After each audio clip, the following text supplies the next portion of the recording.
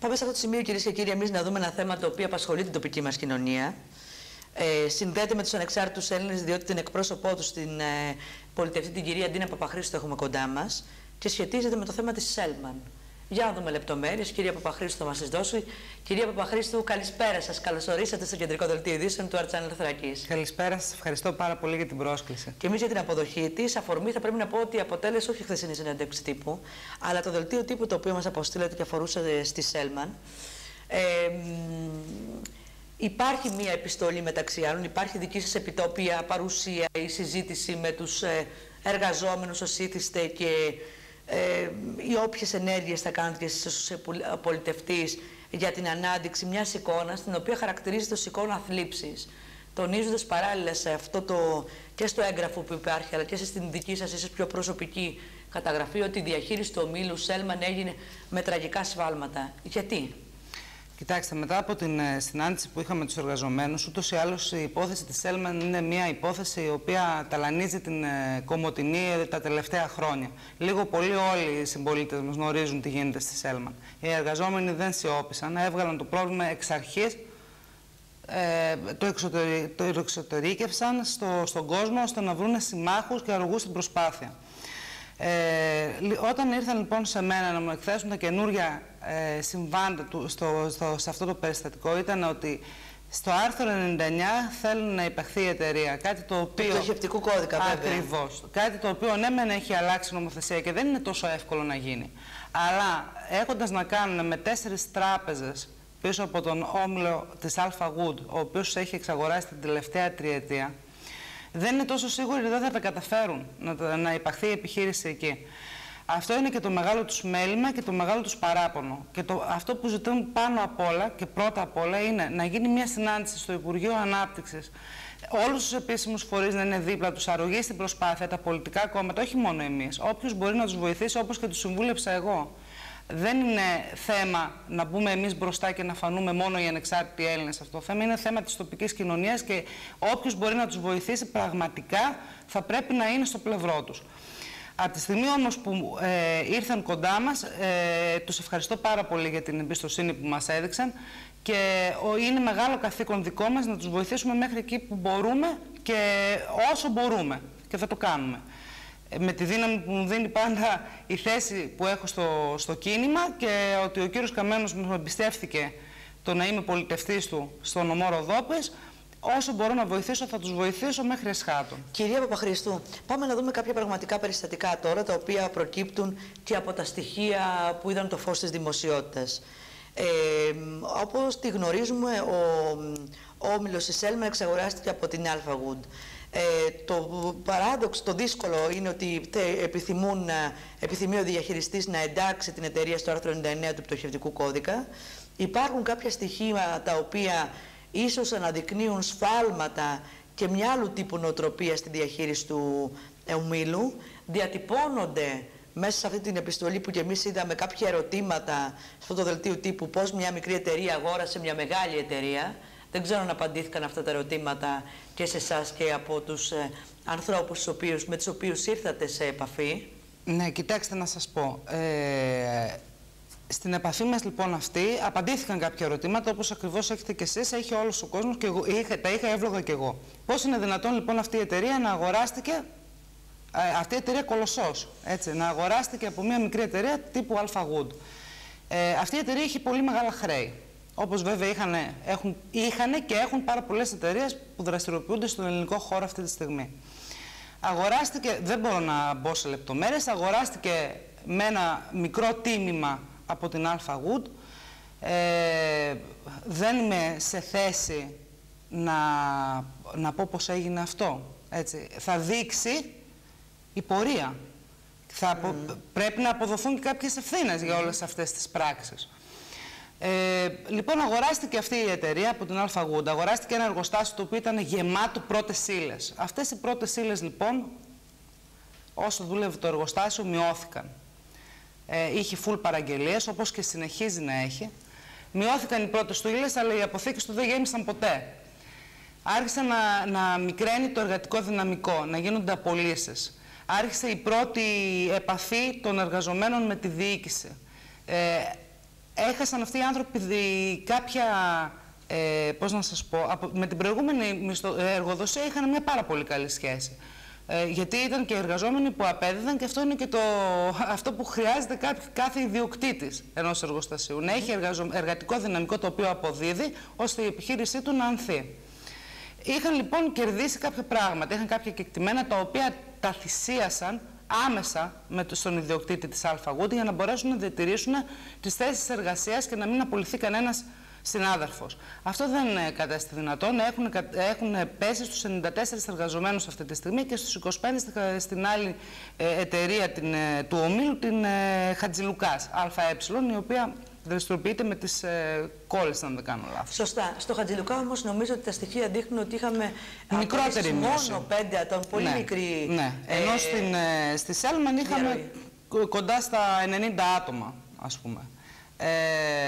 Λοιπόν, όπως έλεγα, κάναν αυτοί οι άνθρωποι τις απαραίτητες θυσίες. Θα μπορούσαν να μην δεχτούν καμία συζήτηση με την εργοδοσία, αλλά είπαν να κάνουν θυσίες για να διατηρήσουν αυτό που κάθε άνθρωπος αυτή τη στιγμή θέλει. Την εργασία του. Στην Ελλάδα του 2013, όταν οι άνεργοι έχουν φτάσει σε αυτά τα σημεία που έχουν φτάσει, δεν μπορεί να διακινδυνεύει στις θέσεις εργασίας για μερικά ευρώ. Είσαι όμως διατεθειμένος να φτάσεις μέχρι και που δεν παίρνουν, όπως έχουν φτάσει αυτοί οι άνθρωποι και έχουν χάσει, ας πούμε, ένα ποσό της τάξης των 3.500 ευρώ από τις ετήσιες αποδοχές τους. Δεν σταμάτησαν τη διαβούλευση με την εταιρεία. Έκαναν προτάσεις γι' αυτό. Όμως έφτασε σε σημείο η εταιρεία να κλείσει το εργοστάσιο της Χαλκίδας.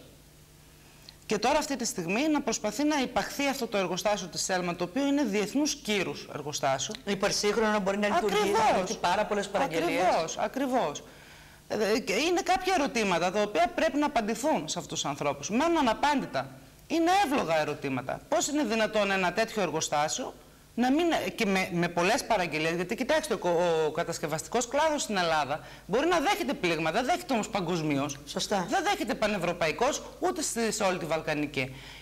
Είμαι σίγουρη, και όπως και μου μετέφεραν οι εργαζόμενοι, ότι η ζήτηση υπάρχει. Για ποιο λόγο δηλαδή δεν χρησιμοποιείται το 30% της προκαταβολής από κάποια παραγγελία που θα βγει στο εξωτερικό, γιατί ξέρετε, υπάρχει ένας όρος. Πρέπει να πάρεις κάποια προκαταβολή σίγουρα και τις εξαγωγές. Το διαχειρίστηκαν πάρα πολύ σωστά και το έφεραν στην εργοδοσία τους. Γιατί δεν εκμεταλλεύεστε αυτό το 30% χωρίς να μας δώσετε εμάς τίποτα, ώστε να γεμίσετε τις αποθήκες και να μπει το εργοστάσιο σε μία σειρά, να αρχίσει να λειτουργεί. Βέβαια δεν πήραν καμία απάντηση. Μάλιστα. Από τούδο και στο εξής, από εδώ και στο εξής, βλέπουμε λοιπόν τα αποτελέσματα. 600 άνεργοι εργαζόμενοι συνολικά. Απώλεια, όπως αναδεικνύεται για τις τράπεζες, πάνω σε από περίπτωση που υπαχθεί στο άρθρο 99, έτσι. Αυτό θα γίνει σε περίπτωση που γίνει υπαγωγή. Βέβαια.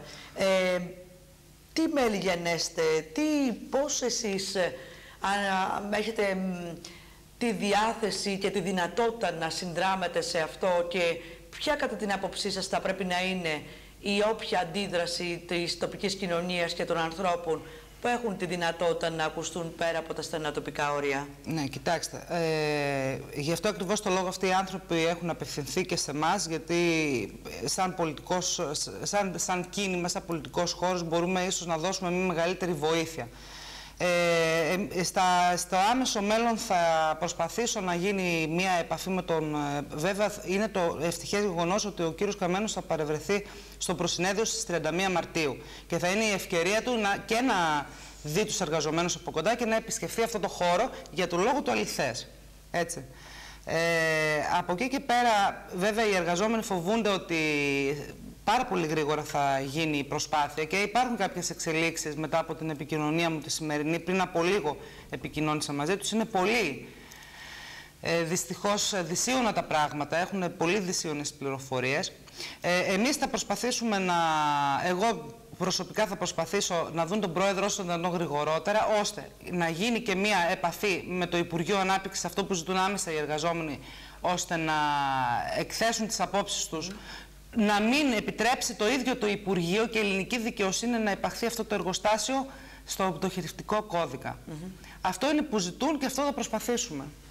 Μάλιστα, κυρία Παπαχρήστου. Τώρα θα ήθελα να θέσω και ένα άλλο ερώτημα, το οποίο δεν σχετίζεται με το συγκεκριμένο θέμα, το οποίο εμείς θα παρακολουθούμε με τις όποιες εξελίξεις του μέσα από το κεντρικό δελτίο ειδήσεων του Άρτς Ανανθράκης. Ένα θέμα που αφορά στο Χρυσό. Παρακολουθούσατε και λίγο πιο πριν την επικοινωνία που είχαμε και με τον κύριο Χρυσόγελο. Ποια είναι η θέση των εξαρτήτων Ελλήνων? Δεν πιστεύω να άλλαξε κάτι. Όχι. Βλέποντας και τα δημοσιεύματα και τις ερωτήσεις που προκλήθηκαν χτες. Όχι. Δεν διαπραγματευόμαστε ορισμένα πράγματα. Τι διαπραγματευόμαστε? Σε καμία περίπτωση. Κοιτάξτε, αυτό όχι μόνο ο Χρυσός, όλος ο ορυκτός πλούτος της χώρας είναι μέσα στην εθνική αντιπρόταση των εξαρτήτων Ελλήνων. Εμείς είμαστε υπέρ στο να γίνει αξιοποίηση, αλλά σε καμία περίπτωση όχι με τον τρόπο με τον οποίο θέλουν αυτές οι εταιρείες να καπηλευθούν τον ορυκτό πλούτο της χώρας.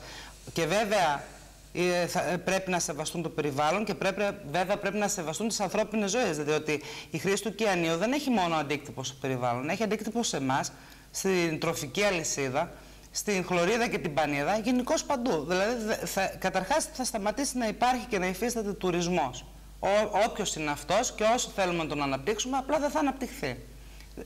Από εκεί και πέρα δεν θα υπάρχει κτηνοτροφία, δεν θα υπάρχει τίποτα από ό,τι έχει σχέση με καλλιεργήσιμη γη, έτσι, γιατί δεν θα ενδιαφέρεται κανείς για τα προϊόντα των αγροτών που είναι από αυτή την περιοχή. Είμαστε κάθετα αντίθετοι. Μάλιστα. Αυτή την περίοδο η τοπική μας κοινωνία, οι τοπικές κοινωνίες μιλώντας παράλληλα και για την Αλεξανδρούπολη θα πρέπει να πάρουν αποφάσεις που μεταφράζονται σε πράξεις. Οι ανεξάρτητοι Έλληνες θα είναι στην πρώτη γραμμή ή πίσω από αυτή? Και βέβαια θα είμαστε στην πρώτη γραμμή και ούτως ή άλλως το προσυνέδριο, όπως σας ανέφερα και πριν, που θα διεξαχθεί εδώ στην Κομοτηνή, με μεγάλη τιμή μας έχει κάνει ο πρόεδρος του κινήματος που επέλεξε την Κομοτηνή να κλείσει ουσιαστικά τα προσυνέδρια, την πορεία προς το ιδρυτικό συνέδριο του κινήματος. Στις 31 Μαρτίου λοιπόν θα είναι από τα θέματα πρώτης γραμμής ο Χρυσός και πιστέψτε με, θα εκπλαγείτε από τους ομιλητές που θα έχουμε, διότι πάνω απ' όλα το συνέδριο είναι ακομμάτιστο, γι' αυτό κάνουμε και ένα μεγάλο άνοιγμα στον κόσμο της Ροδόπης, να έρθει και να παρακολουθήσει το προσυνέδριο. Δεν έχει καμία σχέση με κομματικές γραμμές. Είναι τοποθέτηση του κινήματος σε μεγάλα ζητήματα που αυτή τη στιγμή προβληματίζουν την ελληνική κοινωνία και περισσότερο την κοινωνία της Ροδόπης. Της Θράκης γενικώς, όπως είναι και ο τίτλος του συνεδρίου. Θράκη, λαθρομεταναστευτικό κέος. Αλλά πρώτα απ' όλα Θράκη. Αυτό που ταλανίζει όλους μας. Μάλιστα. Κύριε Παπαχρήστου, σας ευχαριστώ πάρα πολύ για απόψε. Και εγώ σας ευχαριστώ.